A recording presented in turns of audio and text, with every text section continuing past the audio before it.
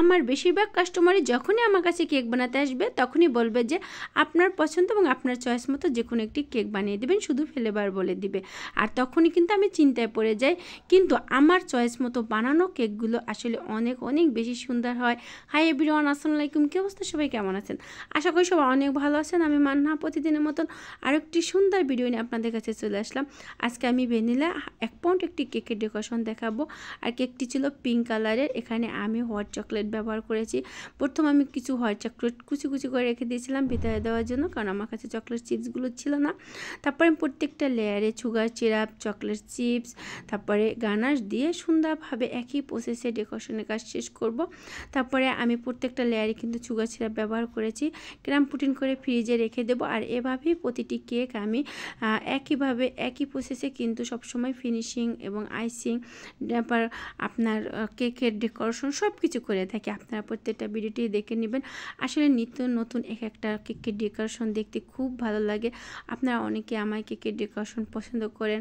আসলে যখন কাস্টমার আমাকে বলে যে আপনার চয়েস মতো বানিয়ে দেবেন, তখন কিন্তু আমি ভেবে পাই না।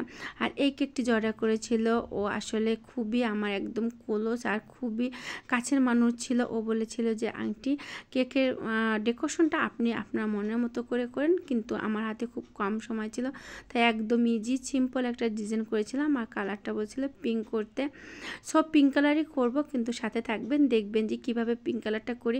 আমার কাছে মনে হয় ক্রিমের সাথে কোনো কালার ইউজ করলে ক্রিমটা খেতে অনেক খারাপ, মানে হেভি লাগে না, খুবই আমার কাছে ভালো লাগে না কালারফুল ক্রিম খেতে। তাই আমি সবসময় চেষ্টা করি গানাশটা কালারফুল করার জন্য। আর আমাকে যদি কেউ রেফারেন্স মানে পিক দিয়ে কেক বানাতে বলে, ওটা আমি ওরকম করার চেষ্টা করি।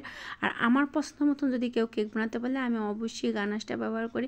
গানাশটা ব্যবহার করার কারণ হলো গানাশ দিলে কেক খেতে অনেক বেশি মজা হয়, দেখতেও অনেক বেশি ভালো লাগে।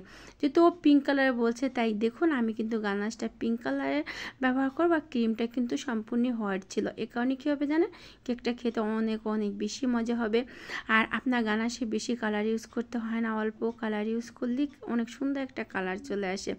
অবশ্যই লক্ষ্য করবেন যে কেকের ডেকোরেশনটা আমি কিভাবে করেছি, একদম সিম্পলের ভিতরে আর ইয়ামি হবে খেতে অনেক অনেক বেশি। আর আপনাদেরকে অনেক দিন বলি না, যদি ভালো লেগে থাকে সাবস্ক্রাইব করে পাশে থাকবেন, ফলো দিয়ে পাশে থাকবেন। আর একটি সুন্দর কমেন্ট করতে বলবেন না, কিন্তু লাইক দিয়ে কন্টিনিউ করবেন। এবার আমি স্টার নজল দিয়ে একদম সিম্পল একটি ডিজাইন করে নেব। এই ডিজাইনটা আমি অনেকবার করেছি। আর আমাকে যখন খুব তাড়াহুড়ো করে কাইন্ডলি সকালে বলে বিকেলের ভিতর দিতে, তখনই আমি এরকম কেক করার চেষ্টা করি। আর এই কেকের ডিজাইনটা এত বেশি কাস্টমার পছন্দ করে, আমি জানি না কেন।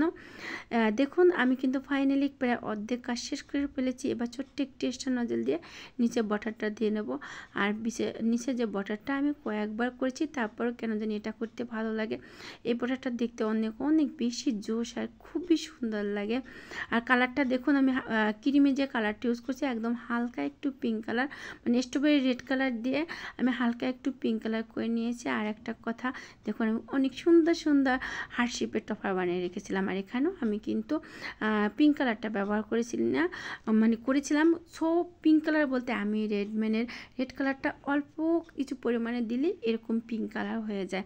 আর আপনারা কিন্তু পিঙ্ক কালারের এই কালারটা ইউজ করে দেখতে পারেন। রেড কালারটা অল্প কিছু ব্যবহার করলে এরকম সুন্দর একটি পিঙ্ক কালার চলে আসে। আমি পিঙ্ক কালার খুব কম ইউজ করি, বেশিরভাগই এই রেড কালারটা দিয়ে পিঙ্ক কালার করে নিই। আর এটা কাস্টমার দেখতেও ভালো পছন্দ করে, আর দেখতে অনেক ভালো লাগে। আর এমনি পিঙ্ক কালারটা ব্যবহার করা যায়, ওটা আবার অন্যরকম লাগে। আর ওই পিঙ্ক কালারটা আমার কাছে মনে হয় খেতে একদম বাজে লাগে।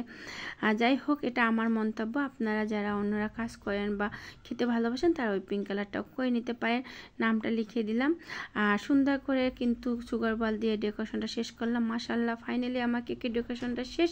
আপনাদের কাছে কেমন লাগলো অবশ্যই জানাবেন। আর সুগার বল দিয়ে কেক ডেকোরেশন করার পরে কেকটা দেখতে মাশাআল্লাহ অনেক অনেক বেশি সুন্দর লাগে। আজ এই পর্যন্ত, ভালো থাকবেন, আল্লাহ হাফেজ।